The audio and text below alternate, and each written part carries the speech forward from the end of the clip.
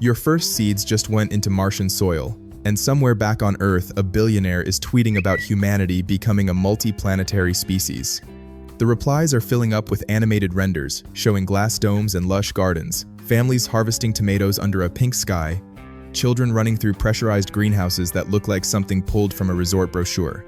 None of those renders show what happens 90 days from now. The soil you just planted in is saturated with a thyroid-destroying chemical at concentrations 10,000 times higher than anywhere on Earth. Your seeds are absorbing radiation that will shred their DNA within 2 years. And the psychological research already predicts exactly what happens to your brain when you're responsible for growing food that 6 people need to survive, and the food keeps dying.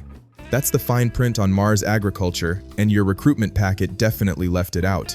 Here's the thing that'll keep you watching. There are exactly 5 ways Mars farming fails, and the last one is the reason this video is called what it's called. Let's read the fine print together. You probably think you've got this handled. You've seen the news articles, watched the videos, read the headlines. Wageningen University grew crops in Mars simulant soil and NASA's running experiments. Scientists sound optimistic. Problem solved, right? Wrong. Those articles leave out the most important detail. Wageningen's famous experiment, the one that proved Mars farming works, deliberately excluded the single most dangerous chemical in Martian dirt. They used simulant soil without perchlorates because including realistic contamination levels would have killed every plant in the study. When researchers at other institutions actually added perchlorates at Mars-accurate concentrations in 2021, germination failed completely across all plant treatments. Not reduced yields, not struggling crops, but zero growth. Nothing survived. And here's why that matters to you personally. NASA's Phoenix lander measured perchlorate concentrations between 4,000 and 6,000 parts per million at its landing site. Curiosity confirmed the contamination exists globally, finding 5,000 to 10,000 parts per million across multiple sampling locations. Earth soils contain perchlorates in the tens to hundreds of parts per billion, which means Martian regolith runs 10,000 to 100,000 times more contaminated than anything you'd find in a terrestrial farm field. And this is where it gets worse. Perchlorates don't just kill plants. They bind to thyroid receptors with 30 times greater affinity than iodide, which means crops grown in this soil bioaccumulate a toxin that attacks your endocrine system, your metabolism, and your nervous system with every bite you take. The obvious solution is washing the soil, filter out the perchlorates, and you're good to go. Here's why that fails. The washing process releases bioavailable heavy metals that were previously locked in the mineral structure. You solve the perchlorate problem and create a heavy metal problem. The soil might remain toxic regardless of how much processing you do. We haven't even talked about nitrogen yet. Earth agricultural soil contains 20,000 to 40,000 parts per million of fixed nitrogen. Mars regolith contains between 110 and 1,100 parts per million in the best deposits measured, which works out to 20 to 400 times less than what your crops actually need, with no nitrogen-fixing bacteria, no mycorrhizal fungi, and no organic matter to build from. You're not farming. You're trying to grow food in toxic industrial waste that's missing most of the ingredients plants require to exist. That's just the soil situation, and we haven't covered what's happening above ground yet. Solar power handles this, right? Mars gets sunlight, greenhouses work on Earth, same principle applies. Here's the math that kills that assumption. Mars receives 43% of Earth's solar irradiance, roughly 590 watts per square meter compared to Earth's 1,000. Your crops are already working with a significant deficit before you account for anything else. The anything else is dust storms. The 2018 global dust storm started in late May, wrapped the entire planet by June 19th, and pushed atmospheric opacity to 10.8, the highest value ever recorded on the Martian surface.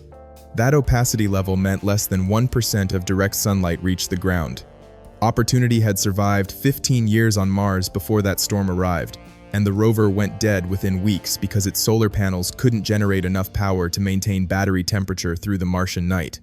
Here's the fine print nobody puts in the promotional materials. Global dust storms occur approximately once every 3 Mars years, which works out to roughly once every 5.5 Earth years. Major opacity events last up to 3 months. Your crops cannot survive 3 months of near total darkness. Artificial lighting becomes the only option, and this is where the energy requirements get genuinely uncomfortable.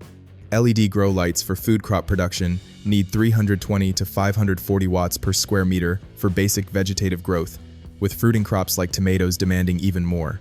NASA estimates that electric energy for plant-based food production requires over 1,100 kilowatt-hours per day per crew member. Let me translate that. Agricultural lighting alone for a 6-person crew demands 45 kilowatts of continuous power, the equivalent of running 30 average American households around the clock just to keep your greenhouse lit during a dust storm that might last until spring.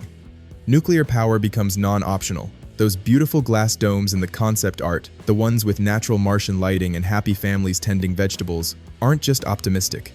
They're physically impossible during storm season. Power and soil are engineering problems, difficult and expensive, but theoretically solvable. The next problem is biological, and biology doesn't negotiate. If you're enjoying my video, please subscribe, like, and leave a comment below of your thoughts. I spent quite a while researching and making this video, and I'd appreciate any and all support. Thanks a lot. Every day on the Martian surface, cosmic radiation delivers approximately 0.67 millisieverts to everything exposed to the sky. That accumulates to roughly 230 millisieverts per year, about 880 times higher than what Earth's surface receives from cosmic sources. You might be thinking your greenhouse walls provide protection. Here's why that assumption fails. Plants are exceptionally vulnerable to radiation exposure. Research meta-analyses show that radiation mutation effects in plants run nearly 10 times higher than in animals. Seeds represent the most critical vulnerability in your agricultural system, and the data on what happens to them is grim. The XPOSE experiment mounted seeds outside the International Space Station for 558 to 682 days and tracked what happened to them. Seeds exposed to the full space radiation environment achieved only 3% germination rates, compared to over 60% for properly shielded seeds. Rice seeds exposed for 20 months saw germination collapse from 76% to just 7%. This creates a compounding problem that gets worse over time. Seeds stored without adequate radiation shielding experience continuous degradation, with studies suggesting 50 to 90% viability loss within 1 to 2 years of exposure. Your seed stock isn't a static resource you can store and use as needed. It's a decaying asset that requires constant protection and eventual replacement from Earth shipments that take 6 to 9 months to arrive. Chernobyl field studies confirmed that radiation damage carries across generations, with wild carrot seeds from irradiated areas showing reduced germination even when grown in uncontaminated soil. The damage persisted into offspring plants, which means multi-generational farming on Mars faces fundamental biological obstacles that no promotional render acknowledges. Here's the fine print on shielding. Protecting your crops from radiation requires more than 2 meters of packed regolith overhead to reduce exposure to acceptable levels. Aluminum shielding actually makes things worse, increasing radiation exposure by 63% due to secondary particle production. Those glass domes in the concept art aren't just impractical, they're death traps for your crops. What you actually need is an underground bunker with artificial lighting powered by nuclear reactors.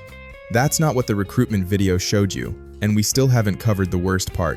You might be thinking this is all manageable with enough engineering. Difficult, yes. Expensive, certainly. Solvable with enough resources and determination. Biosphere 2 proves why that optimism fails. This was the most ambitious closed-system agriculture experiment ever attempted. Perfect Arizona sunlight, established soil ecosystems, Earth gravity, Earth atmosphere, and over 300 square meters of agricultural space per person. Far more than any Mars colony proposal envisions. The result was failure. Crew achieved only 83% of their nutritional needs and began eating emergency food reserves by November of the first year. Weight loss averaged 10 to 20% of body weight, concentrated mostly in the first 6 months.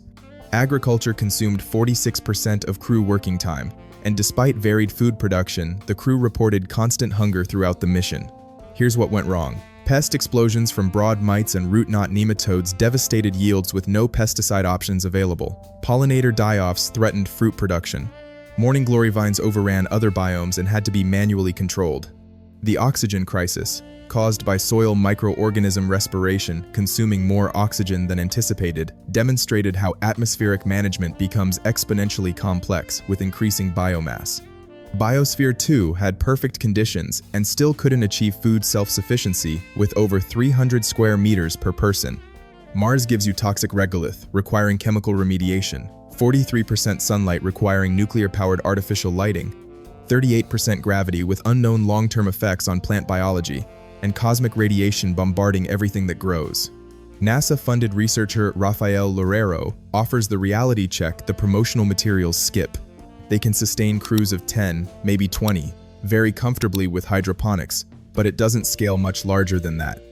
Once a hydroponic system gets infected, you lose your entire crop because it's a closed-loop system and you have to discard everything and reset. The billionaire tweets show thriving Martian farms, feeding 1 million colonists by 2050. The peer-reviewed science says crews of 10 to 20, maybe, with hydroponics that can collapse from a single infection. That gap between marketing and reality is the fine print, and we still haven't covered the thing that makes this video's title make sense. This is the part the TED Talks skip entirely. And it's the reason your first harvest is depression. The Mars 500 experiment locked 6 people in a simulated Mars habitat for 520 days. One crew member exhibited mild to moderate depression symptoms during most of the confinement period. 4 of 6 developed significant sleep disorders resembling hibernation patterns. After the simulated landing midpoint, monotony set in so severely that crew members locked themselves in their private quarters and stopped responding to new communications from outside with any enthusiasm. None of those studies included your specific psychological burden. You're not just isolated, you're responsible for food production, where failure means starvation. Here's the research that predicts exactly what happens to you.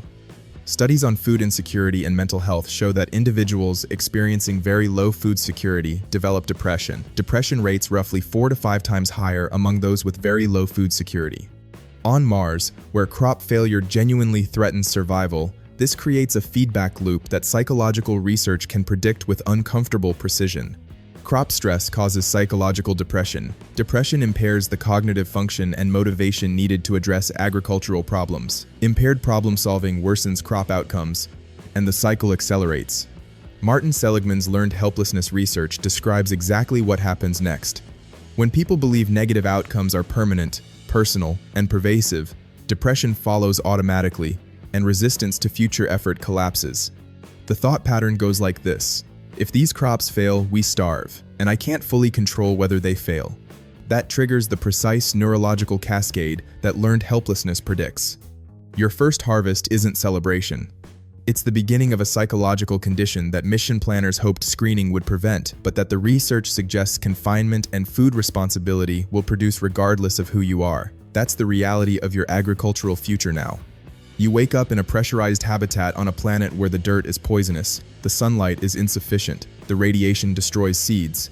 The best Earth experiment with perfect conditions still failed, and the psychological research predicts depression with statistical confidence. Your crops grow in remediated regolith under artificial lights powered by nuclear reactors, inside radiation-shielded bunkers that look nothing like the glass domes in the promotional materials.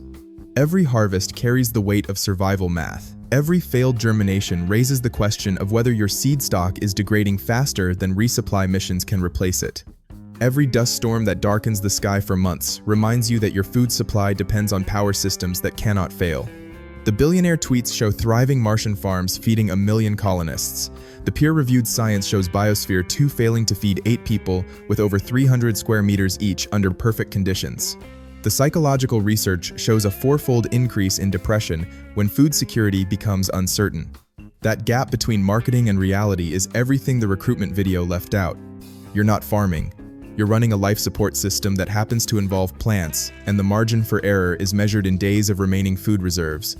This is just life now, smaller and harder and more precarious, measured in seed viability percentages and radiation exposure, and the slow psychological weight of being responsible for whether everyone eats.